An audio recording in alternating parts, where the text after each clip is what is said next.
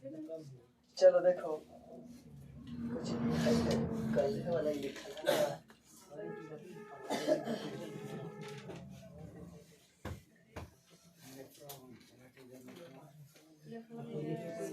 आज जो चैप्टर हमने के रिवीजन करना है वो कौन सा चैप्टर है?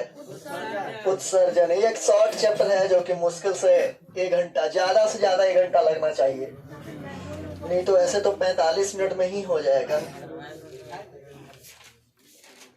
कितना अच्छा होता है ना सब चैप्टर इतना ही छोटा छोटा रहता। काहे अच्छा नहीं रहता? कुछ कह रहा है? एक ही वो चैप्टर रहता। कितना अच्छा रहता ना, एक क्वेश्चन नहीं रहता, सब याद रखता उसको। लेकिन वो क्वेश्चन जो है ना 16 पन्ना के लिखा था। हाँ, उसका आंसर 16 पन्ना में लिखा था। चल देख ऊपर, अगला जो चैप्टर है उसका नाम कुछ ये है, उत्सर्जन। और बढ़िया से समझना उत्सर्जन के बारे में, उत्सर्जन क्या होता है, ठीक है। पहला दिन हमने समझे थे पोषण के बारे में। पोषण का मतलब क्या होता है कि कोई भी जीव भोजन को जब करते हैं तो पाचन क्रिया को हम लोग समझे थे कि भोजन पचता कैसे है, यही ना समझे थे। उसके बाद फिर हमने श्वसन में कि जब भोजन पच गया तो पचने के बाद ग्लूकोज के रूप में जा करके जमा हो जाता है शरीर के हर एक कोशिकाओं में, और वहां से ऑक्सीजन फिर हमने सांस लेते हैं तो वो ऑक्सीजन शरीर के प्रत्येक कोशिकाओं में जाकर ग्लूकोज का कोची करता है, वहां से हम लोग का एनर्जी प्राप्त होता था।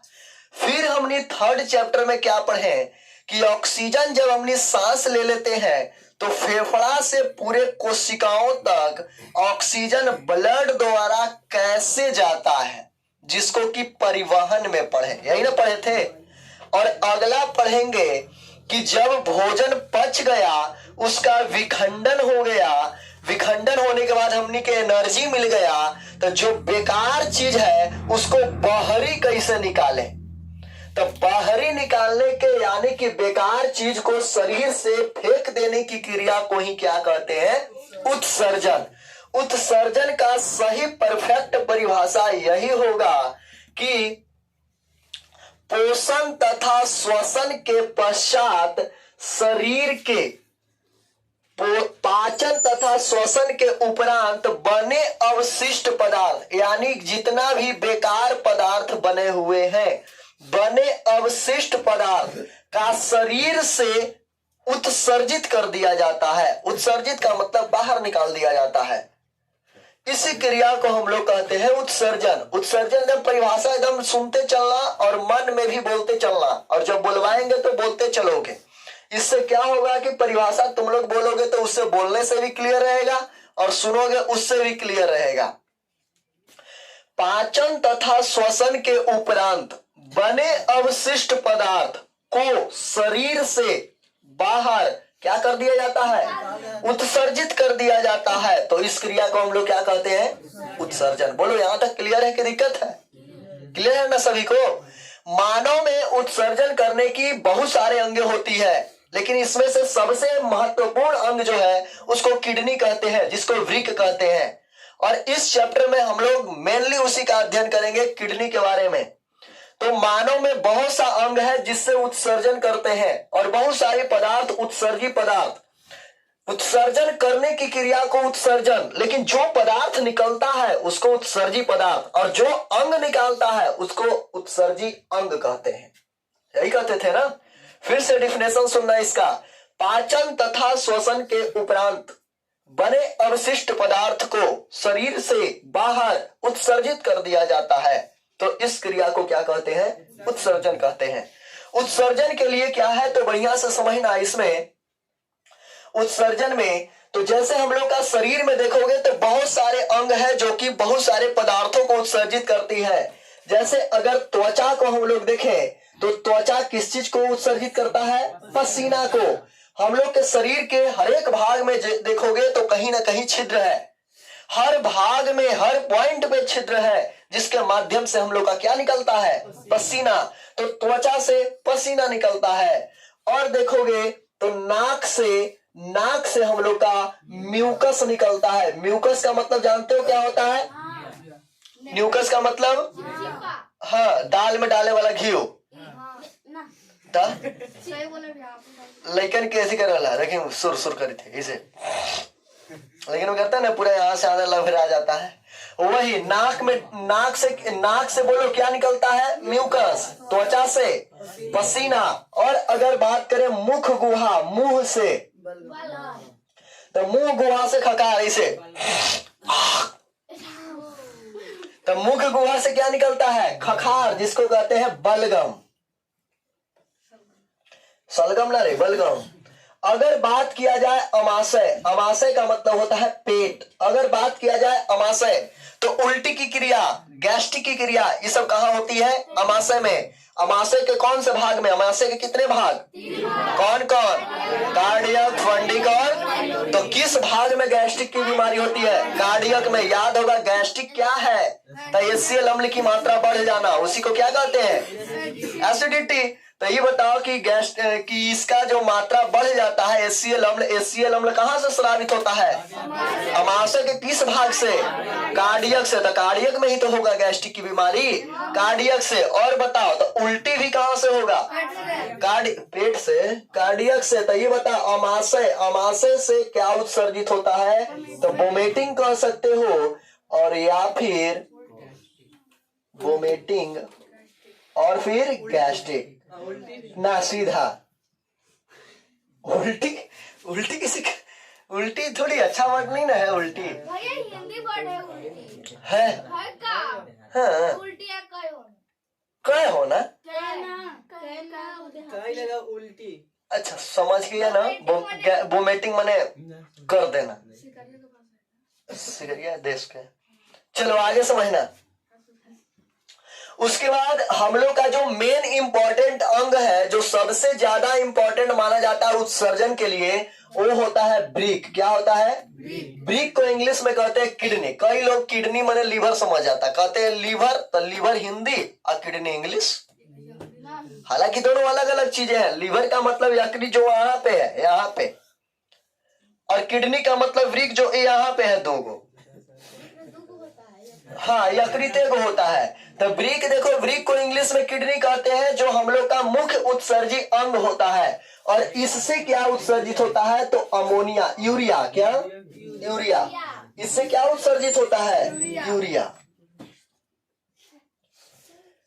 और लीवर को इंग्लिश में कहते हैं यकृत। क्या कहते हैं, यह शरीर की सबसे बड़ी ग्रंथि है। बता दें इसमें विटामिन सी की मात्रा नहीं होती है, लेकिन विटामिन ए की मात्रा बहुत ज्यादा होती है। याद रखना, यकृत में कौन सी विटामिन तो नहीं पाई जाती है, तो विटामिन सी की मात्रा नहीं पाई जाती है। शराब पीने से क्या होता है, यकृत प्रभावित होता है। और यकृत जब प्रभावित होगा आपका, तो यकृत प्रभावित होने से विटामिन सी की मात्रा कम रहेगी। और विटामिन सी ऐसा होता है जो घाव भरने में काम आता है। तो जब विटामिन सी ही नहीं रहेगा तो घाव आपका नहीं भरेगा, कहीं गिरेंगे, छिलाएगा तो उसको भरने में कम से कम 2 से 3 महीना लग जाएगा घाव ठीक होने में, क्योंकि विटामिन सी की कमी हो जाएगी। विटामिन सी सबसे ज्यादा मिलता है आंवला में। यकृत क्या उत्सर्जित करता है, तो अमोनिया उत्सर्जित करता है। क्या करता है, अमोनिया। अमोनिया का निर्माण यकृत ही करता है, जो रक्त के माध्यम से किडनी तक भेजेगा। टोटल चीज को अपनी किडनी के बारे में समझेंगे। यकृत किसको उत्सर्जित करेगा, अमोनिया को। और एक होता है बड़ी आंत। भोजन का पूर्ण पाचन छोटी आंत तक हो जाती थी ना। तो उसके बाद बड़ी आंत जल का अवशोषण कर लेता था, और जल का अवशोषण के बाद जो बना हुआ अवशिष्ट पदार्थ है, बड़ी आंत उसको भेज देता है मलाशय में। यानी कि बड़ी आंत उत्सर्जित करता है मल को। किसको उत्सर्जित करता है, मल को। और मानव का लगभग अगर देखा जाए एवरेज, तो यही है उत्सर्जी पदार्थ और उत्सर्जी अंग। और भी कुछ होंगे, लेकिन अभी तक इतना ही पढ़ सकते हैं। त्वचा से पसीना उत्सर्जित होगा, नाक से, मुंह कुहा से बलगम, अमाशय से वोमिटिंग या फिर गैस्ट्रिक, किडनी से यूरिया, यकृत से अमोनिया और बड़ी आंत से। बोलो यहाँ तक क्लियर है सभी को। बात करें पेड़ पौधों का कि पेड़ पौधा जो होता है वो क्या क्या उत्सर्जित करता है, तो पेड़ पौधा देख लो गोंद को उत्सर्जित करता है। गोंद देखे हो ना पेड़ में, उसका उत्सर्जी पदार्थ होता है, बेकार पदार्थ होता है गोंद। और छाल, छाल देखे हो कोई, पेड़ का छाल देखे हो, नीम का छाल, ये सब बहुत ज्यादा फेमस है। तो ये छाल जो होता है ये भी पेड़ का उत्सर्जी पदार्थ ही होता है। और बात करें इसको उत्सर्जी पदार्थ की, टेनिन, रेजिन, ये सब जो होता है ये पेड़ का उत्सर्जी पदार्थ, ये 4 गो महत्वपूर्ण उत्सर्जी पदार्थ है। इसके अलावा और भी उत्सर्जी पदार्थ है क्या, तो याद करो जब पेड़ पौधा भोजन बनाता था तो उत्सर्जित करता था कौची, ऑक्सीजन को और कोची को, और जब सांस लेता था तो कोची उत्सर्जित करता था, CO2 को। यानी कि पेड़ का ये सब उत्सर्जी पदार्थ है और ये 4 गो महत्वपूर्ण उत्सर्जी पदार्थ है। तो क्वेश्चन आएगा पौधे के किसी 4 महत्वपूर्ण उत्सर्जी पदार्थ का नाम बताए, तो ये 4 गो ही लिखना। ये सबको कब लिखना, जब बहुत ज्यादा पूछे तो, क्योंकि ये 4 गो जो है ये महत्वपूर्ण वाला है। अगर क्वेश्चन आए कि मानव का महत्वपूर्ण उत्सर्जी पदार्थ क्या है, तो हम यूरिया बोलेंगे। ये सब भी उत्सर्जी पदार्थ ही है, लेकिन महत्वपूर्ण कौन है, यूरिया। और महत्वपूर्ण अंग पूछे तो क्या मारोगे, ब्रिक। तो मानव का महत्वपूर्ण उत्सर्जी अंग कौन है, ब्रिक। और पेड़ पौधा में भी ये 4 गो महत्वपूर्ण है, बाकी सभी उत्सर्जी पदार्थ ही है। बोलो यहाँ तक क्लियर है सभी का, पक्का ना। उसके बाद अब समझते हैं वाष्पोत्सर्जन की क्रिया क्या होती है। तो याद करो हम परिवहन वाला चैप्टर में बताए थे, या फिर पोषण वाला चैप्टर में एक चीज को बताए थे कि प्रकाश की पेड़ पौधा जिस क्रिया द्वारा भोजन बनाती है उस क्रिया को हम लोग क्या कहते हैं, प्रकाश संश्लेषण। और प्रकाश संश्लेषण में कितने चीजों की आवश्यकता है, CO2, जल, क्लोरोफिल और फिर सूर्य का प्रकाश। सुनना बढ़िया से, CO2 तो वायुमंडल से मिल जाएगा, क्लोरोफिल उसके पत्ता में ही है, सूर्य का प्रकाश लाइट से, लाइट आ जाएगा दिन में मिलेगा। जल जो होता है वो जड़ से खींच के लाता है। और हम ये भी बताए थे कि जल को ले जाने का काम कौन करता है, जाइलम। और साथ में ये भी बोले थे कि जाइलम जितने जल को खींच करके ले जाता है उसका टोटल तो यूज नहीं होता है, 10% ही प्रकाश संश्लेषण में यूज होता है, बाकी का 90% जो होता है वो वाष्प बन करके उड़ जाता है, वाष्प बन करके। तो याद रखना। अच्छा, निकलेगा करने में है पत्ता, पत्ता के किस भाग से, निचली, मतलब क्या, कौन सा, उस जगह का नाम क्या है, अस्टोमेटा। क्या नाम है, अस्टोमेटा से। यानी वाष्पोत्सर्जन की क्रिया अस्टोमेटा होती है, अस्टोमेटा में बताए भी थे उसके कार्य में। तो याद रखना वाष्पोत्सर्जन का परिभाषा ऐसे लिखेंगे कि पत्ती के अस्टोमेटा द्वारा या पत्ती के रंध्र द्वारा, अस्टोमेटा को हिंदी में क्या कहते हैं, रंध्र। पत्ती के रंध्र द्वारा या अस्टोमेटा, पत्ती के रंध्र द्वारा प्रकाश संश्लेषण में बचे जल, प्रकाश संश्लेषण में बचे जल को पत्ती के रंध्र द्वारा वाष्प के रूप में परिवर्तन होने की क्रिया को वाष्पोत्सर्जन कहते हैं। ऐसे लिखोगे तो बहुत बेहतरीन दिखेगा।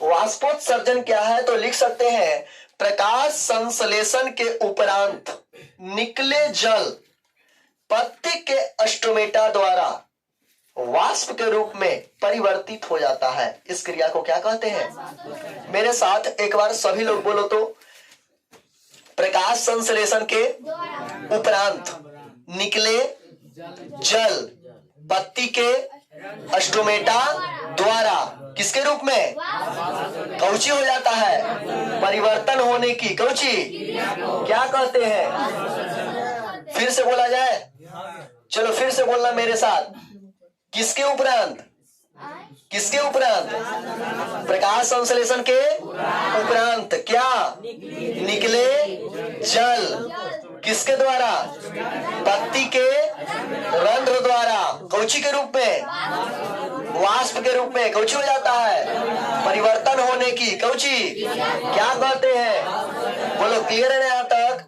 वाष्पोत्सर्जन सभी को क्लियर है कि दिक्कत, तो बोलो यहाँ तक सभी को क्लियर। अब समझते हैं आगे, और आगे समझना हम लोग का मेन जो किडनी बचा हुआ है उसके बारे में समझ जाना कि पार्ट हो जाएगा क्लियर। हाँ जी, हिंदी में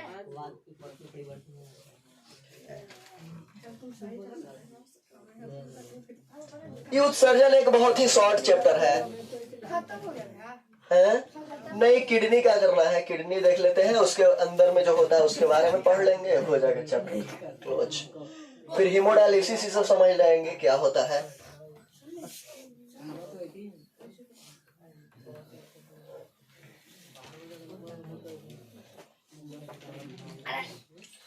क्या हुआ रे?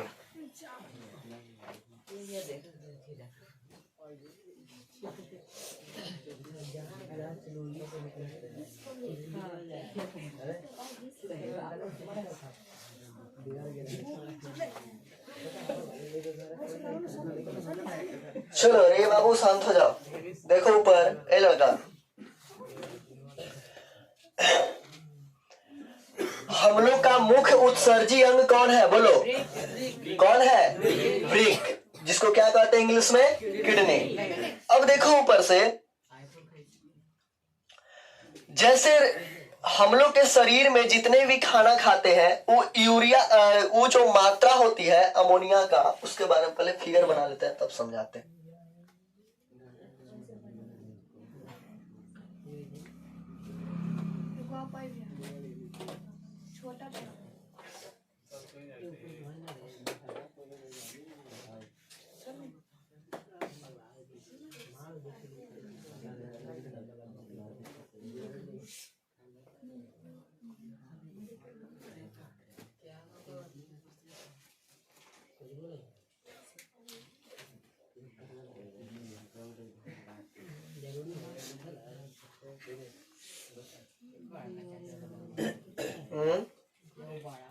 ठीक है ना, ना बस छोड़ना है, ठीक है।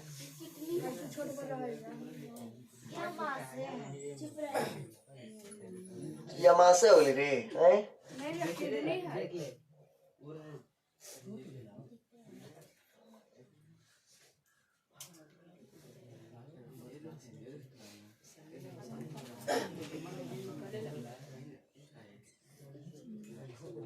चलो बढ़िया से समझना इसके बारे में।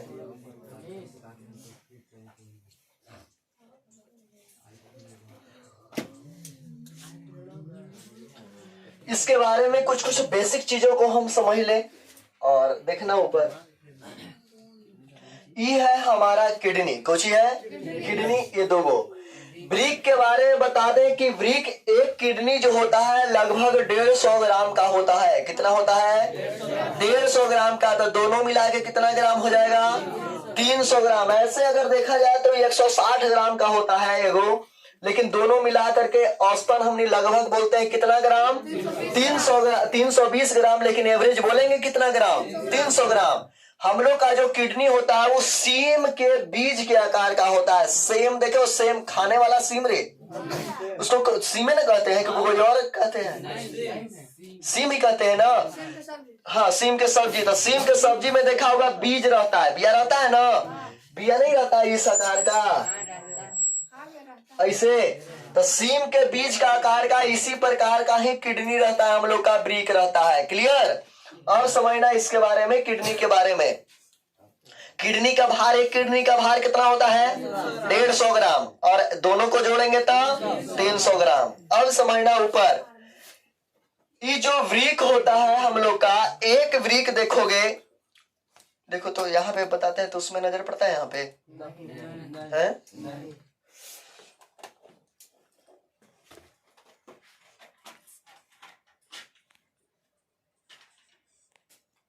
अब तो पढ़ना चाहिए,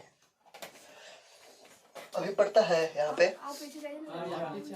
चलो अब देखना ऊपर, हम लोग का जो किडनी होता है वृक्क, यहाँ पे जो होता है ये दोनों ओर, तो ये वाला जो किडनी होता है दाहिना ओर वाला, वो थोड़ा नीचे होता है। ये दाहिना ओर वाला किडनी कहाँ होता है, थोड़ा सा नीचे, और ये जो बायां ओर वाला किडनी है वो थोड़ा सा ऊपर रहता है, इस तरह से रहता है। इसका मेन यहाँ पे भी देखा होगा, हम दायां साइड वाला थोड़ा सा नीचे बनाए होंगे, बनाए है ना। ये मत सोचना कि ये मिलावे में गड़बड़ा गई थी, नहीं, ये ऐसी ही होवे करता है। इसका इसलिए ऐसा होता है नीचे थोड़ा सा कि इसके ऊपर में हम लोग का यकृत लीवर एडजस्ट है, जबकि इसके ऊपर में कोई लीवर नहीं है, इसके ऊपर में डायरेक्ट यहाँ पे फेफड़ा है। अब इसलिए इसका जगह बच जाता है, तो ये ऊपर में ही है। लेकिन ये वाला जो किडनी है हम लोग का दाया साइड वाला, वो लीवर के होने के चलते ही थोड़ा सा कहाँ हो जाता है, डाउन हो जाता है, थोड़ा सा नीचे में रहता है। बोलो यहां तक क्लियर है कि दिक्कत क्लियर है ना। हम लोग का जो किडनी होता है कितनी संख्या में होती है, 2 गो होती है, ये 1 जोड़ा 2 गो। अब बताओ कितना भार है उसका, 150 ग्राम एगो का, दोनों का 300 ग्राम, सेम के बीज का आकार का। क्लियर। अब समझना है किडनी का काम कुछ है। किडनी का काम होता है मेनली रक्त को छानना, कुछ काम होता है। ये देखना है लीवर जो यकृत होता है, यहाँ पे हम बताए थे पोषण में भी कि लीवर का बहुत सारा काम होता है। लीवर निकालता था पीत रस, पीत रस कौन निकालता था, निर्माण कौन करता है पीत का, यकृत दे देता था पित्ताशय को। तो यह जो लीवर है इसका बहुत सारा काम होता है, पीत भी निकालता है। और शरीर में जो गंदगी बनता है, बहुत ही खतरनाक पदार्थ बनता है जिसको कहते हैं अमोनिया। क्या कहते हैं, शरीर में सबसे खतरनाक पदार्थ अगर कोई बनता है तो उसका नाम कुछ है अमोनिया। अमोनिया का निर्माण यहाँ पे करता है यकृत। कौन करता है, और ये कहता है कि देख भाई हमारा काम बाहरी निकालना नहीं है, हम खाली बना के रख देंगे। अब बाहर निकालने के लिए तो नहीं सोचो, तो नीचे है किडनी। किडनी कहता है कोई बात नहीं, मेरे पास तुम भेज दो अमोनिया को, हम बाहर निकाल देंगे। तो ये कहता है कि हम भेजे कैसे, तब ब्लड कहते हैं हम कौन दिन काम आएंगे। यानी कि बना जो लीवर जो अमोनिया को बनाया है वो रक्त लेकर के चला जाएगा किसके पास, किडनी के पास। अब किडनी का काम है अमोनिया को बाहर निकालना। अब बताओ अमोनिया केकरा में मिलल है, ब्लड में। अब निकालेंगे तो साथ में ब्लड भी तो निकल जाएगा। तो इस प्रकार से फिर किडनी सोचा कि नहीं ऐसा करते हैं, ब्लड को हम छान देते हैं, और जब छानेंगे तो क्या होगा कि जो अमोनिया है वो निकल जाएगा। अरे जब छन्नी में चाय को छानेंगे तो चाय पत्ती ऊपर छाना जाएगा ना, वही काम किया यहाँ पे किडनी। किडनी का किया, ब्लड को छानना शुरू किया, और जब ब्लड को छाना तो ब्लड नीचे अथी हो गया, ठीक हो गया, और ऊपर छना के बच गया अमोनिया। और फिर अमोनिया को मूत्र में ले जाकर के जमा कर दिया, मूत्राशय में। मूत्राशय नीचे एक नली होती है, मूत्राशय में ले जाकर के जमा कर दिया। जैसे किडनी जो होती है, यहां से जो अमोनिया ये बताओ ऊपर से जो नली आ रही है कौन सी नली है, तो ध्यान देना कौन सी नली, श्वसन नली है था। चलो देखो ये जो नली होती है, अरे देखो ऊपर लड़का, ये जो नली होती है ये कहां से आ रही है, तो किडनी में आई थी ना। और किडनी में कहां से आती है, तभी बताए हैं लीवर से। कहां से, लीवर से अमोनिया को लेके आ रहा है ना। बढ़िया से देखना, कहे कि गंदगी पदार्थ को बनाना जरूरी है ना, नहीं तो पूरे शरीर में मिल जाएगा। फिर देखो ये जो किडनी है, किडनी में ऊपर से कहां से नली आ रहा है, फेफड़ा में से, कहां से, लीवर में से। यानी कि लीवर में से ब्लड लेकर के आ रहा है दोनों किडनी में। यानी कि जो नली है ये वाला जो नली है ये कहां से आ रहा है, यकृत से। कहां से आ रहा है, यकृत से। यकृत से आकर के दोनों किडनी को ब्लड प्रदान करेगा। आई किडनी क्या करेगा कि ये अमोनिया को छानेगा, और अमोनिया को छानने के बाद भेज देगा मूत्राशय में। कहा भेज देगा, और जो ब्लड प्योर निकला है ना वो ब्लडवा को फिर ई वाला माध्यम से भेज देगा। कहा, तो भेज देगा वहीं ऑक्सीजन लाने के लिए। और ऑक्सीजन लाने कहा जाएगा, फेफड़ा में। तो चल जाएगा फिर से फेफड़ा में। यानी कि ई वाला नलिया, ई नेशनल हाईवे सीधे जाएगा फेफड़ा में, जबकि ई वाला नेशनल हाईवे लीवर से आ रहा है। लीवर से ना आ रहा है, रे गौतम, अरे चुप, चल देखो ऊपर ये वाला, अरे ये वाला जो नली है ये पूरब साइड वाला, ये कहां से आया है बोलो, यकृत से कौची लेकर के आ रहा है? अमोनिया। अमोनिया कौन लेके आ रहा है? रक्त। ले जाके इधर दे देगा। छनैला के बाद ब्लड ई वाला नली से जाएगा ना, ई वाला नली से ब्लड कहाँ चल जाएगा? फेफड़ा में। कौची लाने के लिए? ऑक्सीजन। ऑक्सीजन से सब अपना काम करने के लिए। और यहाँ से ई जब छनाएगा तो छनाने के बाद अमोनिया छनाया है ना, अमोनिया हम जानते हैं बहुत खतरनाक पदार्थ है। अमोनिया अगर अकेले रह गया ना तो किडनियों के गला देगा। तब ये किडनी सोचता है या तो ब्लड में था तो मिलल था, कोई दिक्कत नहीं है। यहाँ पे अमोनिया प्योर छना गया। अब यहाँ पे किडनी सोचता है कि भाई अगर अमोनिया को चेंज नहीं किए तो ये हमरे गला देगा, तो अमोनिया को बदल देता है यूरिया में। क्या बदल देता है? यूरिया में। कौची के? अमोनिया को। इस सब काम को समझना। अमोनिया को यूरिया में बदलने का कार्य कौन करता है? वृक्क। ये सब को एकदम याद रखना है। अमोनिया का निर्माण कौन करता है?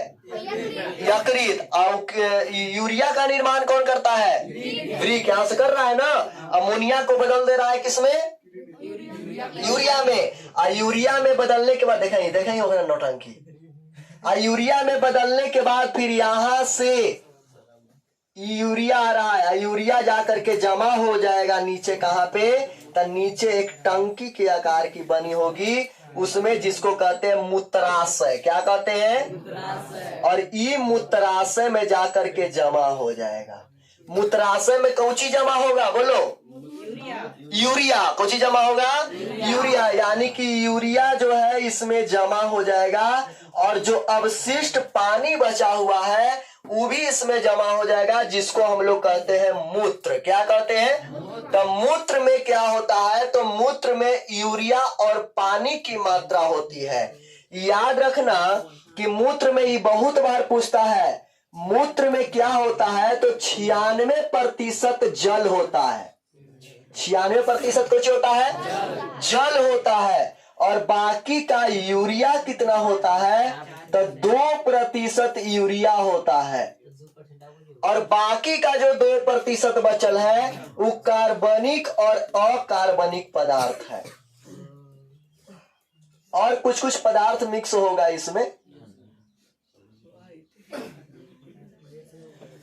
कार्बनिक और अकार्बनिक पदार्थ मिक्स होता है 2%। ये बता मूत्र में यूरिया बहुत सारे, यहाँ से बहुत ही इंपॉर्टेंट क्वेश्चन ही वाला है। मूत्र का कितना प्रतिशत भाग यूरिया होता है?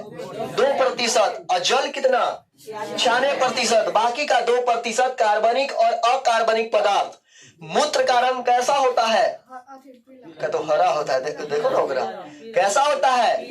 मूत्र का रंग पीला किसके कारण होता है? तो याद रखना, यूरोक्रोम के कारण। किसके कारण? पत्ती का रंग हरा क्यों होता है? क्लोरोफिल के कारण। रक्त का रंग लाल क्यों होता है? हीमोग्लोबिन के कारण। मूत्र का रंग पीला क्यों होता है? मल का रंग पीला क्यों होता है? बिलरुबिन के कारण। बताया ना अथी में, पोषण वाला चैप्टर में, बिलरुबिन के कारण। यानी कि मूत्र में होता है जो 2% कार्बनिक और कार्बनिक लिखे हैं, उकरे में होता है यूरोक्रोम। क्या होता है?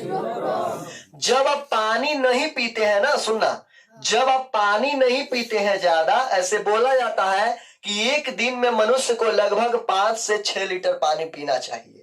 तो अगर कोई पानी कम पीता है तो उसमें यूरोक्रोम की मात्रा बढ़ जाती है। यूरोक्रोम की मात्रा बढ़ जाती है, जिसके कारण कि अगर आप पानी कम पिएंगे तो यूरोक्रोम की मात्रा जब बढ़ जाएगी तो आपका जो पेशाब का रंग है वो ज्यादा पीला हो जाएगा।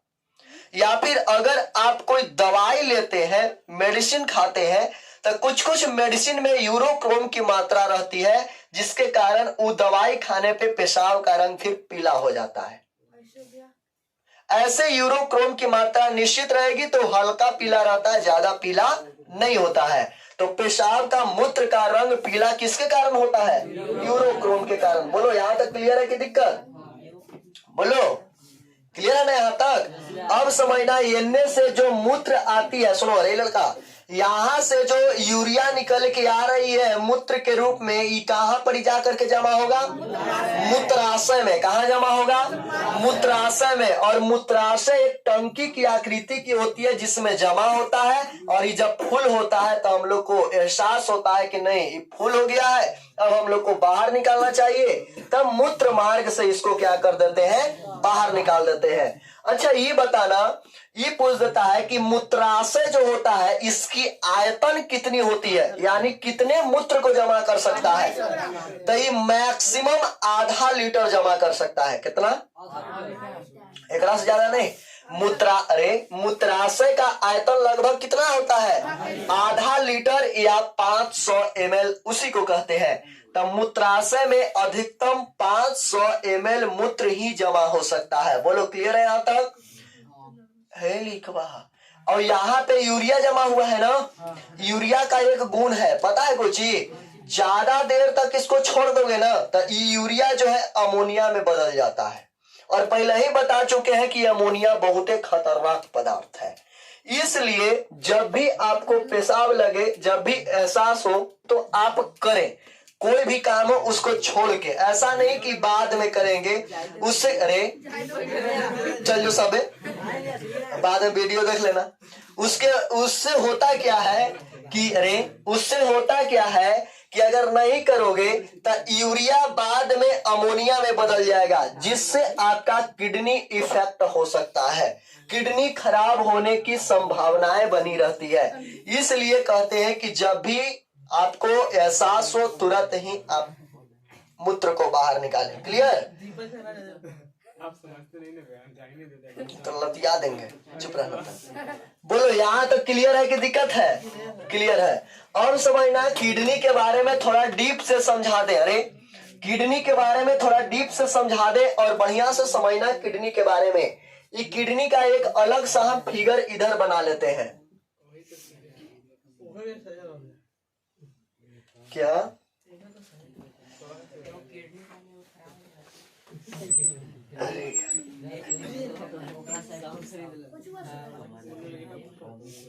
क्या रे छुटका रे, तो तनी हो के है और तनी हो के तो फायदा उठाता है।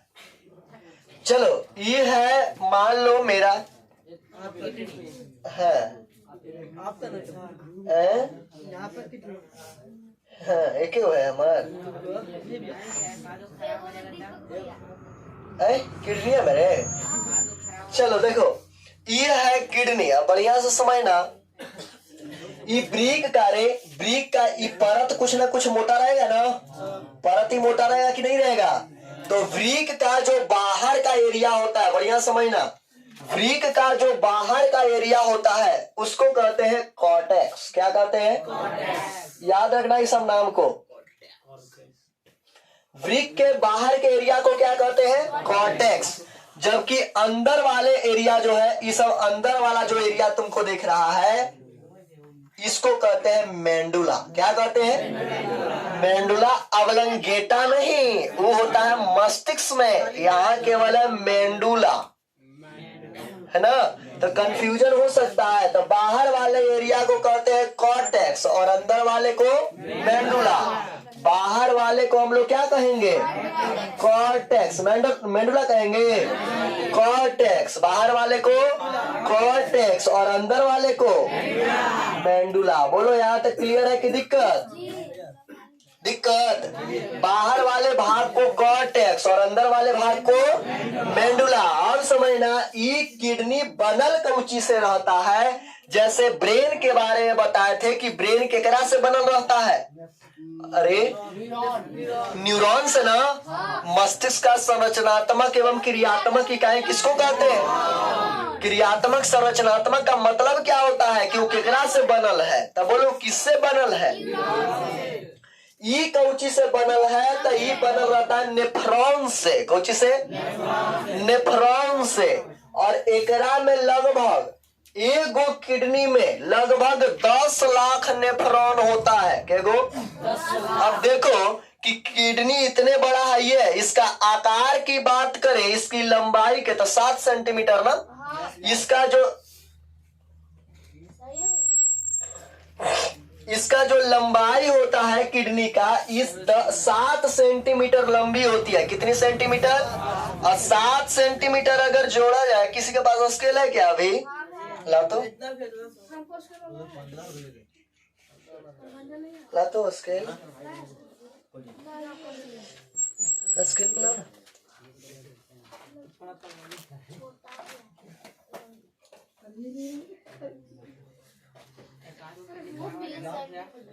एक आध किडनी निकाल के दिखा है,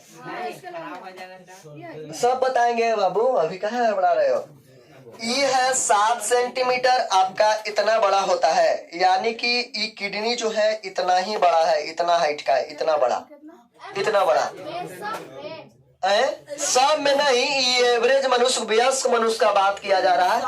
अब छोटका बच्चा इतना बड़ा रहवे करता है, ओकरा में इतना बड़ा किडनी रहेगा, सोचने वाली चीज है। तो ये एक वयस्क मनुष्य की बात की जा रही है। चलो लो पकड़ो, यानी कि देख रहा रे जो वृक्क होता है, वृक्क की लंबाई कितनी सेंटीमीटर होती है? 7 सेंटीमीटर होती है। अगर इसके चौड़ाई की बात करें, चौड़ाई की, तो इसका चौड़ाई लगभग 5 सेंटीमीटर होता है। कितना होता है? 5 सेंटीमीटर। और अगर मोटाई की बात करें, मोटाई होता होगा ना कुछ, तो मोटाई की बात करें तो यह 2.5 सेंटीमीटर होता है, यानी कि 7 गुना 5 गुना 2.5। 7 सेंटीमीटर लंबाई, 5 सेंटीमीटर चौड़ाई, और मोटाई की बात करें तो कितनी होती है? 2.5 सेंटीमीटर। बोलो क्लियर है यहाँ तक?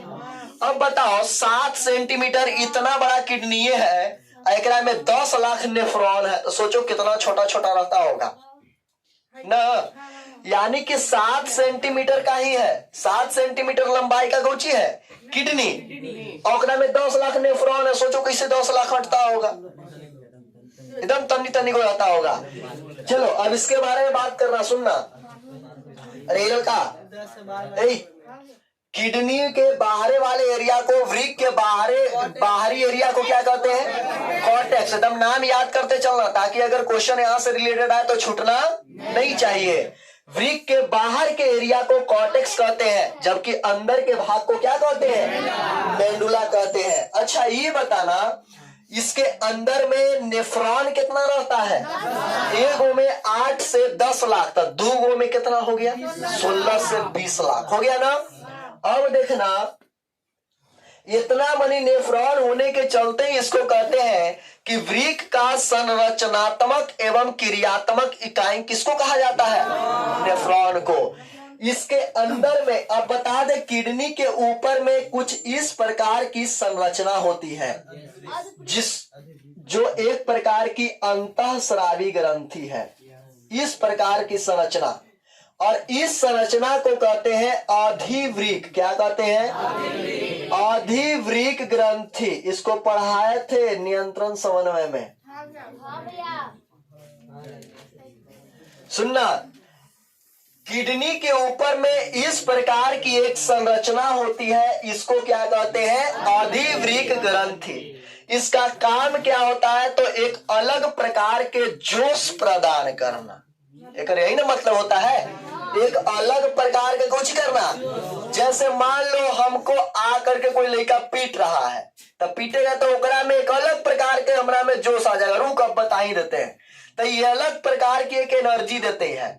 जैसे क्या होता है, एक छोटा सा बच्चा है, वो छोटा सा बच्चा क्या, सुनो, छोटा सा बच्चा के अगर उसको एक थप मारोगे, हो सकता है वो कुछ नहीं बोलेगा, 2 थप मारोगे गरियावे लगेगा, 3 थप मारोगे गरियाएगा, और गरियाएगा, और गरिया सुपर फास्ट में गरियाएगा। और मान लो और उसको पीटोगे तब एकदम बिखिया जाएगा, अब कहेगा ना मानेगा, तो थोड़ा किचिया तो मर गए तुमको इतना ना। तो दांत किचिया अगर समझ गया, मार दो, समझ लिया कि अधिवृक्क ग्रंथि एक्टिव है। और ये एक्टिव हो गया, तो ये एक्टिव होने के बाद बहुत जोर से, यानी उसका पावर अगर जितना है उससे दुगुना शक्ति से मारेगा ही। अधिवृक्क ग्रंथि गजबे तरीका की एनर्जी प्रदान करता है, इसीलिए इस ग्रंथि को कहते हैं फाइट एंड फ्लाइट ग्रंथि। क्या कहते हैं? फाइट एंड फ्लाइट ग्रंथि, यानी उड़ो और मारो ग्रंथि, लड़ो और उड़ो ग्रंथि। तो क्वेश्चन पूछता है, लड़ो और उड़ो ग्रंथि किसको कहते हैं? अधिवृक्क ग्रंथि के। बोलो क्लियर है ना? तो ई ऊपर में होता है कौन सा ग्रंथि? अधिवृक्क ग्रंथि। अरे किडनी के बाहर वाले एरिया को क्या कहते हैं? कॉर्टेक्स। और भीतर वाले एरिया को मेडुला। इसके अंदर में इस टाइप का 8 से 10 से 12 गो रहता है। क्या गो रहता है? 10 से 12। 1 2 3 4 5 6 7 8 9 10 11 12। चुप, 12 गुना गिनो। यानी कि किडनी में अगर बात करें तो एक किडनी में सेम साइज का रहता है। हाँ, इस सब सेम साइज का रहता है। ये 10 से 12 को होता है, जिसको कहते हैं पिरामिड। क्या कहते हैं? तो क्वेश्चन आता है कि एक वृक्क के अंदर कितने पिरामिड होते हैं? तो 10 से 12, कभी 10 कभी 12, यानी एक वृक्क के अंदर कितने पिरामिड होते हैं? 10 से 12 पिरामिड पाए जाते हैं। और इसमें अंदर में नेफ्रॉन होता है, और उन नेफ्रॉन के गुण होता है, बोलो, 8 से 10 लाख। किडनी का काम यही है, रक्त को छानना। लेकिन किडनी वृक्क जो है वो एक बाहर की संरचना है, अंदर में नेफ्रॉन होता है। तो मेनली रक्त को छानने का काम इसके अंदर वाला नेफ्रॉन करेगा। कौन करेगा? किडनी कुछ नहीं करता है, बाहर की एक संरचना है, खाली बॉडी है एक तरह से, जिसके अंदर में नेफ्रॉन रहता है, और नेफ्रॉन ही इसको छानने का काम करेगा। तो अब हम लोग ये समझेंगे कि नेफ्रॉन से कैसे छनाता है ब्लड। लेकिन उससे पहले इससे रिलेटेड एक और चीज को हम लोग जान लेते हैं। यदि किसी व्यक्ति का एक किडनी खराब हो जाता है, अच्छा ये बताओ, किडनी का काम क्या है? रक्त को छानना कि रक्त को शुद्ध करना? रक्त को छानना कि शुद्ध करना? क्वेश्चन आता है, रक्त का शुद्धिकरण होता है लेकिन मारता किडनी। देखिए अभी हृदय बोल रहा है, रक्त का शुद्धिकरण कहाँ होता है? फेफड़ा में। हृदय तो खाली पंपिंग स्टेशन होता है ना, वो तो खाली ट्रैफिक पुलिस का काम करता था। यानी कि याद रखना कि रक्त को छानने का काम करता है वृक्क, लेकिन शुद्धिकरण का काम कौन करता है? फेफड़ा। याद रहेगा ना सभी को? चलो अब देखना आगे।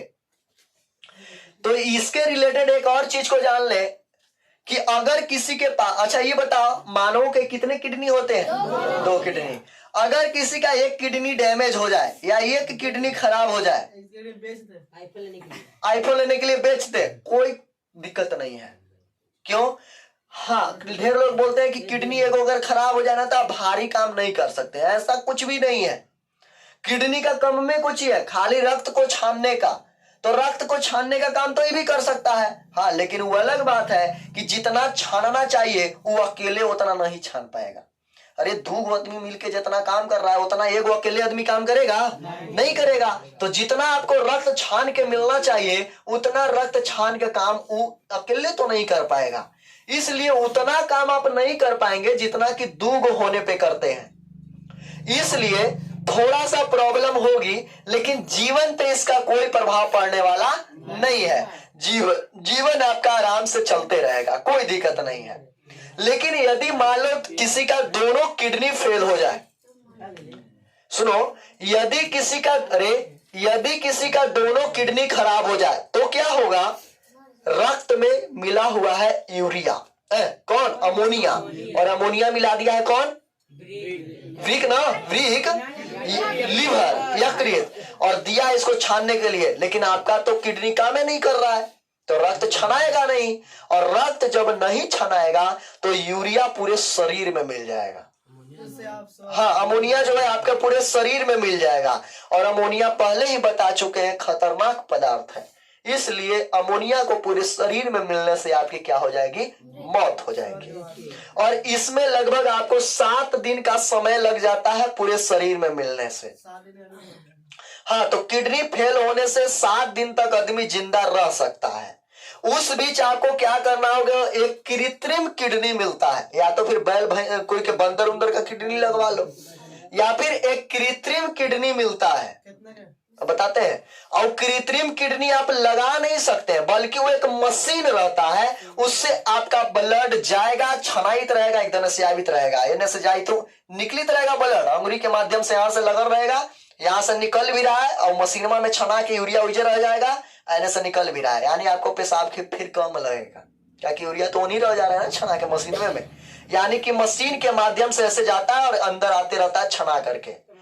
इस क्रिया को कहते हैं हीमोडायलिसिस। क्या कहते हैं? हीमोडायलिसिस। और उस मशीन को कहते हैं डायलिसिस मशीन। उस मशीन का नाम क्या है? Dialysis machine. तो डायलिसिस मशीन क्या है? तो यदि किसी व्यक्ति का दोनों किडनी किसी कारणवश खराब हो जाए तो कृत्रिम रूप से रक्त को छानने की क्रिया को हीमोडायलिसिस कहते हैं। हीमोडायलिसिस भी क्वेश्चन आता है, हीमोडायलिसिस क्या है? तो बहुत ईजी है परिभाषा लिखना। किसी कारणवश यदि किसी मनुष्य का दोनों वृक्क कार्य करना बंद कर दे तो रक्त को कृत्रिम विधि से छानने की क्रिया को हीमोडायलिसिस कहते हैं। और ये क्रिया लगातार आपको करना पड़ेगा। कब? एक बार अगर आप पूरे रक्त को छनवा लिए हैं तो 5-6 दिन के अंदर फिर छनवाना होगा, काहे कि फिर तो मिल जाएगा ना, नहीं तो मौत हो जाएगा। हाँ, मशीन में बाहर आता है। और 5-6 दिन के अंदर फिर आपको छनवाना होगा, यानी कि हर सप्ताह आपके ब्लड को छाना जाएगा, तब आप जिंदा रह पाएंगे। लालू यादव का किडनी खराब हुआ था ना, जिसको उनका एगो बेटी दान कर दी है किडनी को। क्या एक को दान की है? एक को दी है, तो एगो बचल है ना उसका, तो रह सकती है, कोई दिक्कत नहीं। वो का जाई थी खुदारी चलावे रोज। अरे एगो है ना, तो अब दूसरा का क्या लगी लगाएगी? चलो बोलो, यहां तक क्लियर है कि दिक्कत? तो किडनी का इतना वाला पार्ट आप समझ गए? बोलो, हीमोडायलिसिस की क्रिया समझ में आया सभी को? क्या होता है हीमोडायलिसिस? किसी, चलो मेरे साथ साथ सभी लोग बोलेंगे, किसी कारणवश यदि किसी मनुष्य का दोनों वृक्क कुछ करे कार्य करना बंद कर दे तो शरीर के रक्त को कौची द्वारा? कृत्रिम मशीन द्वारा कौची किया जाता है? शुद्ध हुई रहते हैं, हाँ, छाना जाता है। तो इस छानने की प्रक्रिया को क्या कहते हैं? शुद्धिकरण। ना रे बाबू, शुद्धिकरण फेफड़ा करती है, ठीक ना? न फेफड़ा आ लगल है ना। चलो तो बोलो, यहाँ तक क्लियर है कि दिक्कत? अरे यहाँ तक क्लियर की दिक्कत? तो किडनी के बारे में सभी लोग समझ चुके हैं ना, अब आगे बढ़े। अरे सुनो, किडनी के अंदर में कौची होता है? बोलो, किडनी के अंदर में ये नेफ्रॉन रहता है 8 से। अच्छा, किडनी का सचित्र वर्णन करने के लिए कहता है, तो किडनी का सचित्र वर्णन आप ऐसे कह सकते हैं, यह मनुष्य का कौची होता है? उत्सर्जी अंग होता है, मुख्य वाला ना।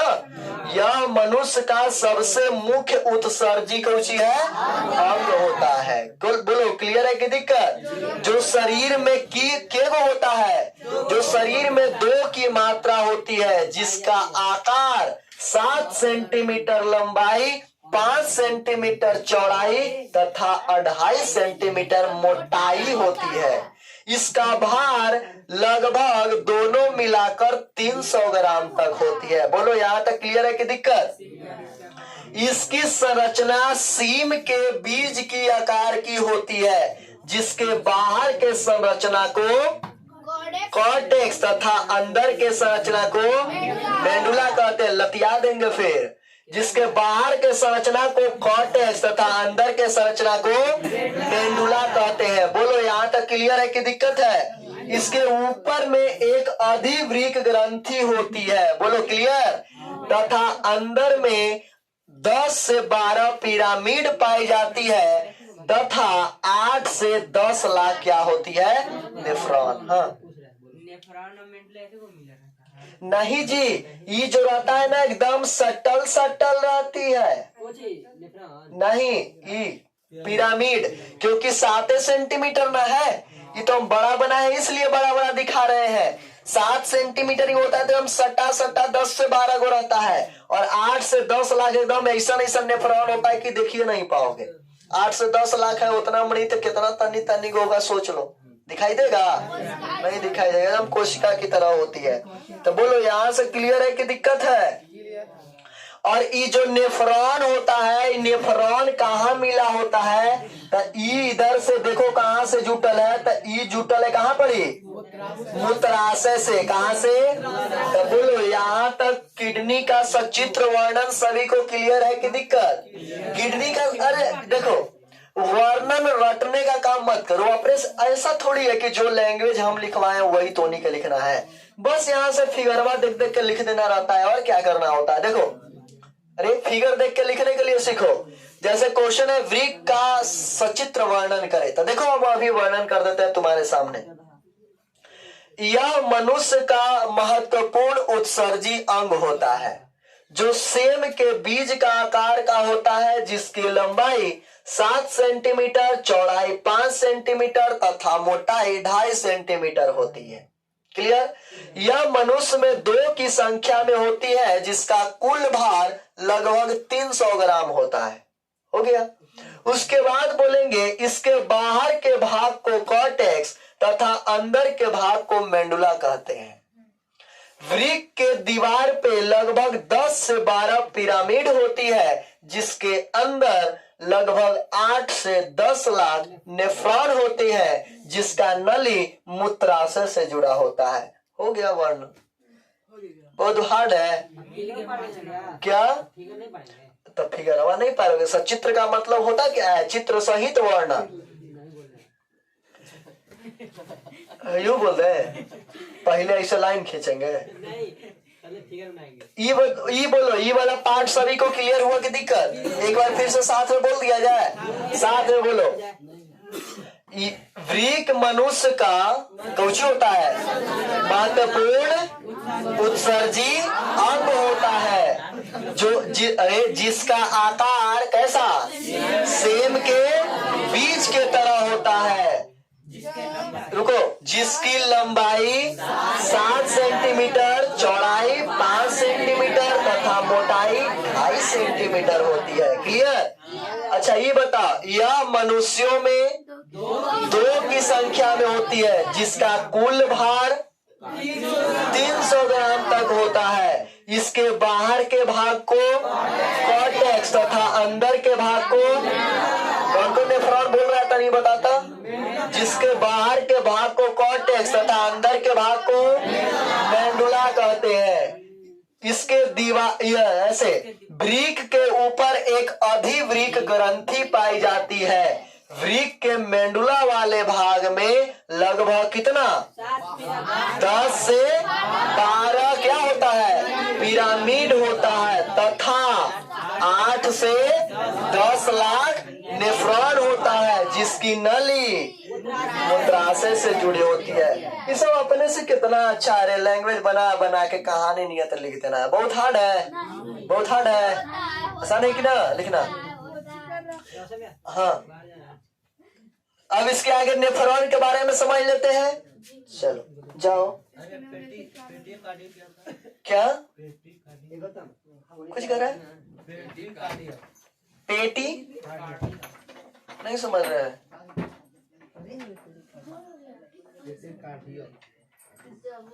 कुछ कह रहे हैं? पेट्री कार्डियट का है? पेट्री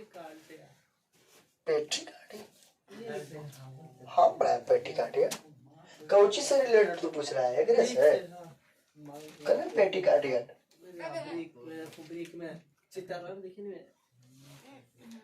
अरे यार कॉर्टेक्स का ही वो दीवार है और क्या, दीवारवा के नाम है पेट्री कार्डियट। पेट्री कार्डियट कौची पूछ रहा है?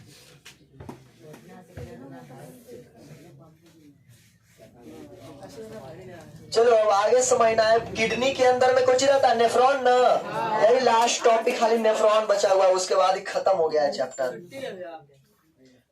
हाँ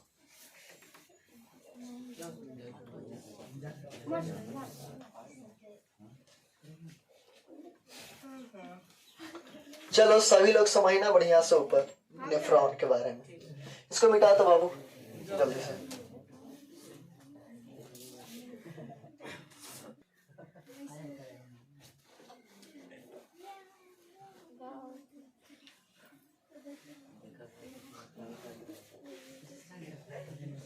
चलो आगे समझना इसके बारे में। किडनी के अंदर में क्या होता है बोलो? नेफ्रॉन के गो 8 से 10 लाख। नेफ्रॉन किस आकृति का होता है जो इसके बारे में बढ़िया से देखना।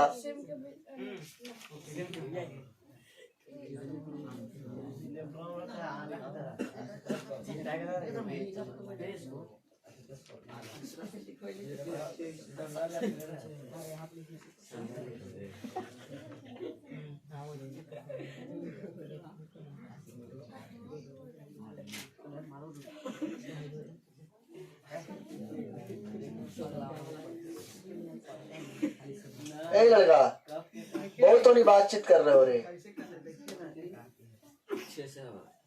अरे चालू नहीं किया।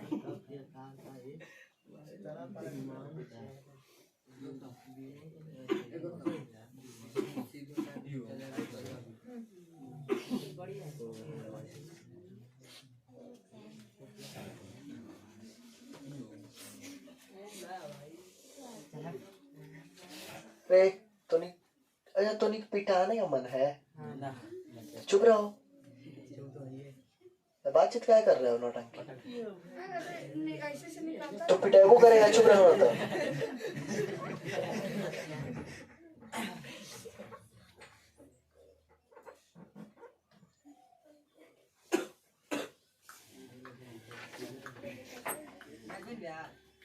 आ जाओ।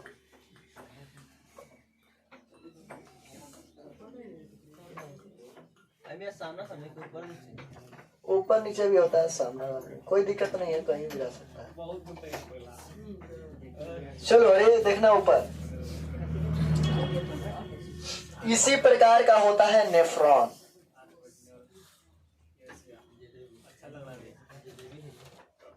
चल रे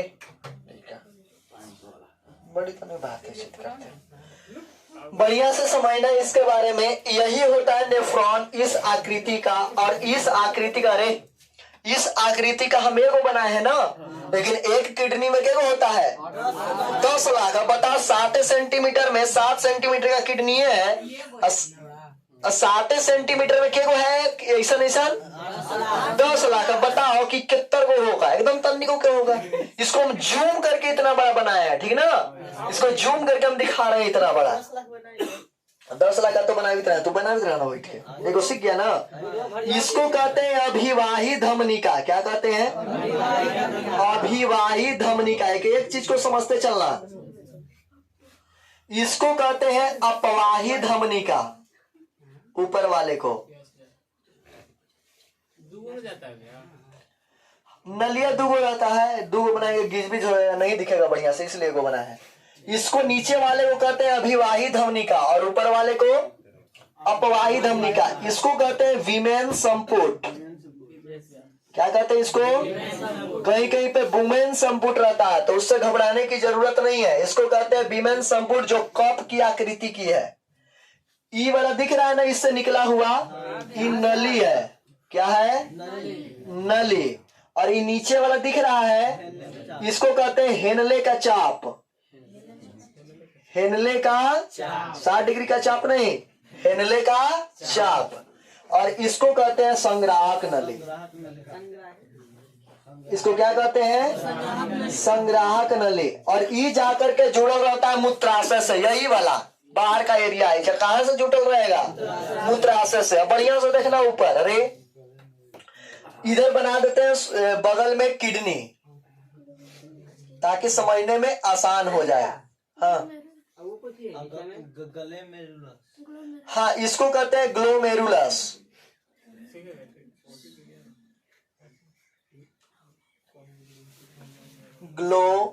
ग्लोमेरुलस इसको कहते हैं कुछ ग्लोमेरुलस।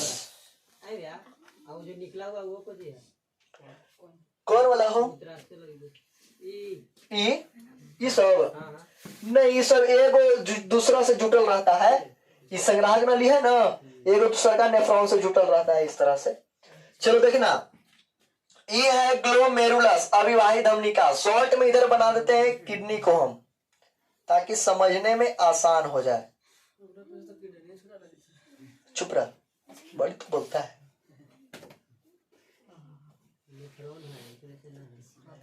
चलो ये है हमारा किडनी, और हम जानते हैं कि एकरे अंदर में कौन है, नेफ्रॉन, ठीक ना। यहाँ से ब्लड आया, ब्लड ई वाला पुरवैया से आएगा कि पछिया से, हाँ इधर वाला से आएगा ब्लड, ठीक ना, इधर से आ रहा है ब्लड, ब्लड जाएगा किडनी में, प्रवेश कर गया ना। ये कहाँ से आ रहा है ब्लड, मतलब कहाँ से, लीवर से, यकृत से, ये आ रहा है किडनी में, प्रवेश करेगा, प्रवेश करता है इसको कौन मिलेगा, नेफ्रॉन, कौन मिलेगा, और नेफ्रॉन ही तो खून को छानने का काम करता है। अभी प्रवेश करता है कन्ने नेफ्रॉन में, जो सुनना, अभिवाही धमनिका से, कन्ने से, इसका काम कौची है, एकदम यूरिया को, अमोनिया को छान लेना ना। इधर से जैसे ही प्रवेश किया अभिवाही धमनिका से, तब प्रवेश करने के बाद ग्लोमेरुलस जो है, ये नसवा एकदम ठाई ले ऐसे, एकदम समझ लो ना, रस्सी कैसे ईंट देते हैं जे, अरे मुफरवा किसी से ईंट देते हैं, उसी तरह से यहाँ पे ईंट ठाइल है। और देखो यहाँ से जब ब्लड एंट्री किया अभिवाही धमनिका से, तो ऐजा पर घूमते घूमते ऐसे ऐसे इसको इतना न पेड़ देवल जाता है, इतना ऐंठ देवल जाता है इसको, कि रक्त में से जितना भी गंदगी पदार्थ है सब निकल जाता है बाहर। कहाँ निकल जाता है, एकरा में जितना भी गंदगी पदार्थ है, टोटल पदार्थ एकरा में से निकल जाता है, और आ करके यहाँ पे इस तरह से जमा हो जाता है। इधर गंदगी पदार्थ, जितना गंदगी पदार्थ है सब जमा हो जाता है। एकरा बोलने गया था नेफ्रॉन के कि तुमको खून के कौची कर लेना है, कमी कर देना। एकदम ऐसे ऐसे नाला कहाँ से बैठ जाता है रे, एक को बता देता है कि रक्त का काम होता है ब्लड को खींचना, ऐसे ऐसे कहाँ से बैठ जाता है सब। लगता है कि कॉन्सेप्ट कुछ है नहीं माइंड में। ये बताओ कि किडनी का काम कौची बोलल गया था, रक्त को कौची करना है, छानना है। अच्छा ये बोला गया था कि तुमको खाली अमोनिया को छानना है, बोला गया था तुमको छानना है। अभी सोचा बेचारा ग्लोमेरुलस के हमको कोची करना है, तो से रक्त एंट्री किया किधर से, अभिवाही धमनिका से, और ग्लोमेरुलस के पास जाने के बाद जब छानना शुरू किया, अरे जब छानना शुरू किया तो ammonia, haemoglobin, protein, vitamin, carbohydrate जितना था टोटल चीज को छान लिया। अब इसको क्या पता है कि प्रोटीन रक्त के लिए फायदामंद है, इसको क्या पता है कि हीमोग्लोबिन जो है रक्त के लिए फायदामंद है, इसको लगा सब गंदगी पदार्थ है, ये है टोटल चीज को ही छान लिया। तो नेफ्रॉन का ये वाला जो भाग है, इसका काम होता है अल्ट्रा फिल्ट्रेशन करना। अल्ट्रा फिल्ट्रेशन का मतलब होता है पूरी तरह से फिल्टर करना।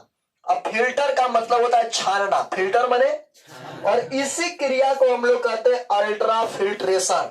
यहां से जैसे ही रक्त छनाया और रक्त फिर अपवाही धमनिका से जैसे ही निकलेगा, तो जैसे ही यहाँ पर एंट्री करेगा, यहाँ पर आएगा, तो आने के बाद इसको थोड़ा पतला पतला नियत लगेगा। अब बताओ टोटल चीजें एकरा में से निकल गया तो ब्लड पतला नहीं हो जाएगा, और जैसे ही ब्लड यहाँ से पतला निकलेगा तो ब्रेन कहेगा काहे एकदम पतला हो गया, तो कहेगा ये सब छान लिया, तो कहता सब है, तो हाँ, तो फिर कहेगा बीमेन संपुट के कि जितना भी बढ़िया वाला पदार्थ है, प्रोटीन, हीमोग्लोबिन, कार्बोहाइड्रेट, उस सब को मिला दो। तो यहाँ पर बीमेन संपुट इसको मिलाने का काम करता है। जितना भी उपयोगी चीज होता है उसको खाली मिलाने का काम करता है, अमोनिया को नहीं। अमोनिया इस रास्ता से फिर बाहरी चल जाता है मूत्राशय में, अमोनिया यूरिया बन के ना, यूरिया बन के वहां चल जाता है।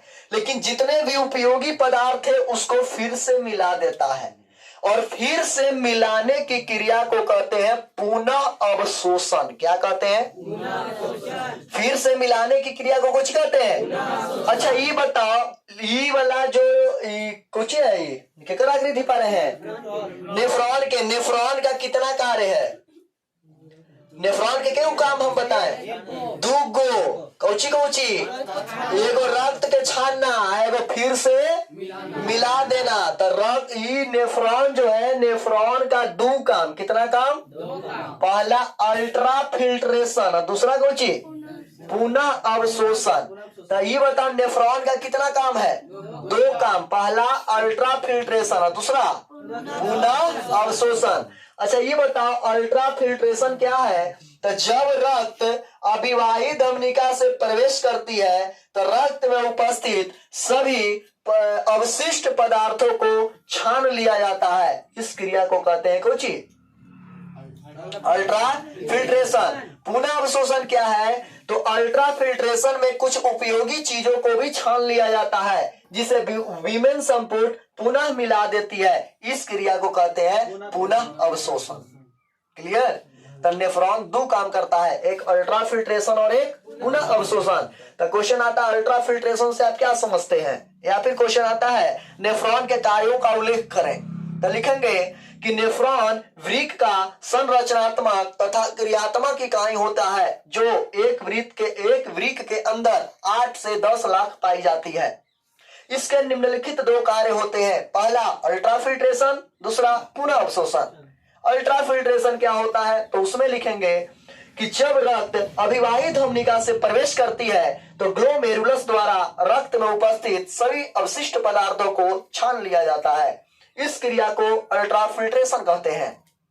पुनः अवशोषण क्या है? तो उसमें लिखेंगे फिर कि अल्ट्रा फिल्ट्रेशन क्रिया में रक्त के उपयोगी चीजों को भी छान लिया जाता है जिसे वीमेन संपुट पुनः मिला देती है। इस क्रिया को पुनः अवशोषण कहते हैं। बोलो बहुत हार्ड है।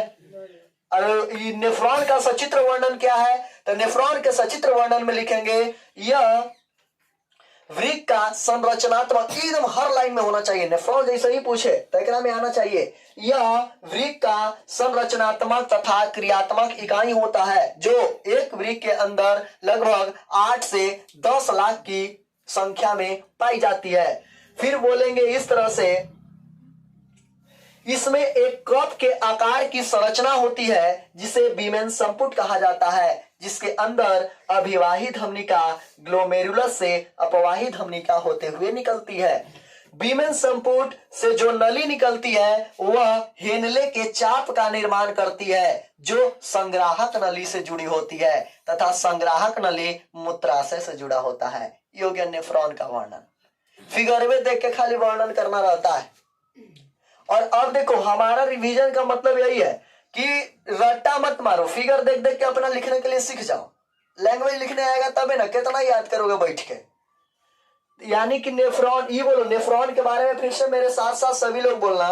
नेफ्रॉन वृक्क का संरचनात्मक तथा क्रियात्मक इकाई होती है जिसकी संख्या 8 से 10 लाख तक होती है, जो कप के आकार की आकृति का निर्माण करती है, जिसे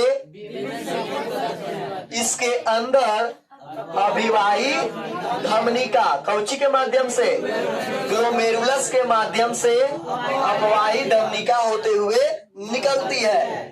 वीमेन संपुट से निकलने वाली नली हेनले के चाप का निर्माण करती है जो संग्राहक नली से जुड़ी होती है तथा संग्राहक नली मूत्राशय से जुड़ा होता है। बहुत हार्ड है। अच्छा कोई बोल सकता है इसको? बोलो तो। बोल सकता था? हाँ तो बोलो तो ना।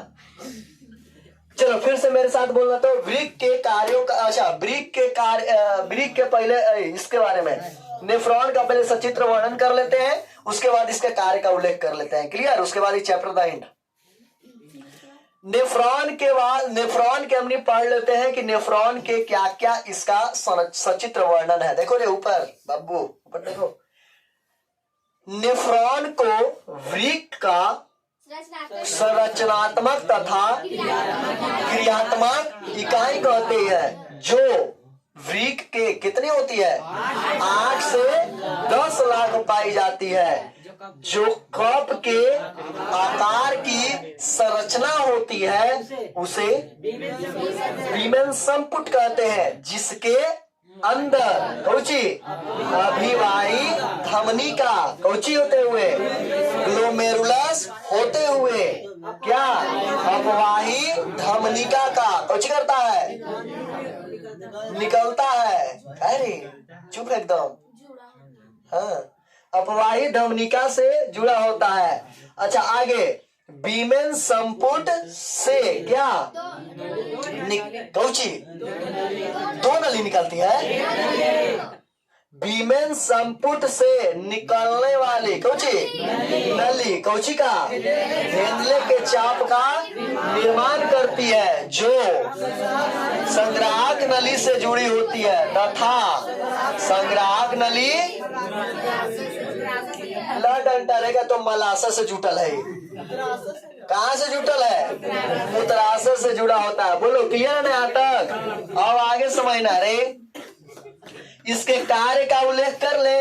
इसके कितने कार्य है? बोलो दो कार्य। एक कौन है? Ultra filtration. क्या है?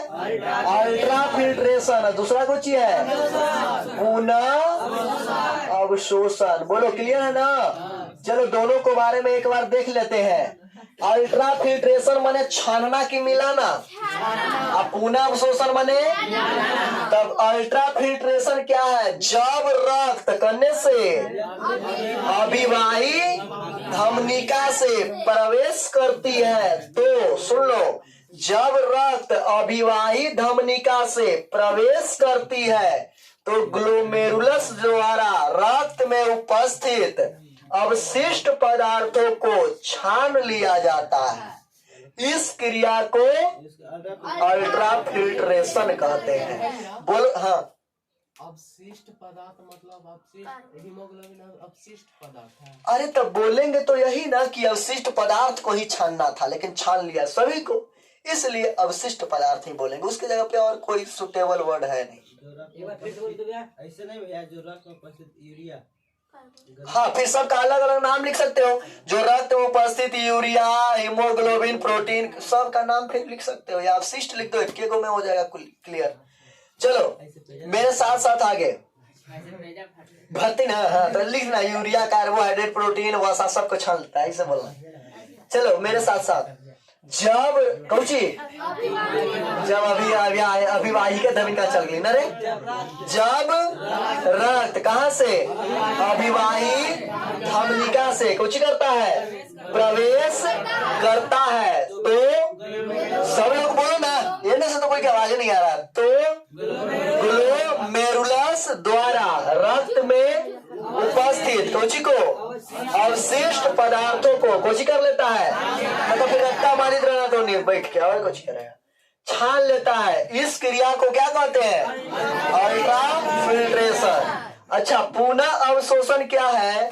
तो अल्ट्रा फिल्ट्रेशन क्रिया द्वारा रक्त से कुछ उपयोगी पदार्थों को छान लिया जाता है। इसे बीमेन संपुट पुनः मिला देती है।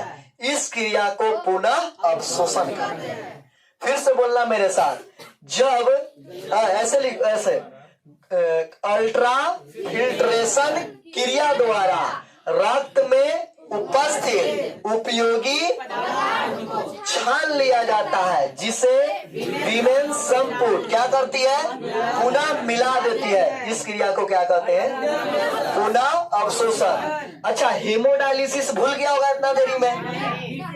किसी कारणवश मनुष्य का दोनों वृक्क कार्य करना बंद कर दे तो रक्त के अशुद्धि को, चाहे रक्त के यूरिया को, यूरिया अच्छा है, तो रक्त के यूरिया को कृत्रिम मशीन द्वारा क्या करते हैं? छानने का कार्य किया जाता है। इस क्रिया को क्या कहते हैं? हीमोडायलिसिस कहते हैं। बोलो बहुत हार्ड है। वृक्क का सचित्र वर्णन क्या है? तो वृक्क का सचित्र वर्णन सुन लो फिर से। किडनी के बारे में, किडनी के बारे में सुन लेना बढ़िया से। यह मानव का मुख्य उत्सर्जी अंग होता है जो 2 की संख्या में होती है, जिसकी आकृति सेम के बीच के आकार की होती है, जिसका भार 300 ग्राम तक होता है तथा लंबाई 7 सेंटीमीटर, चौड़ाई 5 सेंटीमीटर तथा मोटाई 2.5 सेंटीमीटर होता है। क्लियर? इसके ऊपर, इसके बाहर वाले भाग को कॉर्टेक्स तथा अंदर वाले भाग को मेडुला कहते हैं। कॉर्टेक्स के ऊपर एक अधिवृक्क ग्रंथि पाई जाती है तथा मेंडुला में 10 से 12 कुछ होता है, पिरामिड होता है तथा 8 से 10 लाख नेफ्रॉन होता है, जिसकी नली कहा मूत्राशय से जुड़ी होती है। बोलो आसान है कि ना। इस तरह से आपका उत्सर्जन का ये पूरा सेक्शन क्या होता है। मूत्र में कितना % यूरिया 2%। और जल 96। मूत्र का रंग पीला क्यों होता है? नेफ्रॉन के कारण पीला होता है ना, यूरोक्रोम। चलो इस प्रकार से पूरा चैप्टर क्या होता है, समाप्त होता है। अब इसके बाद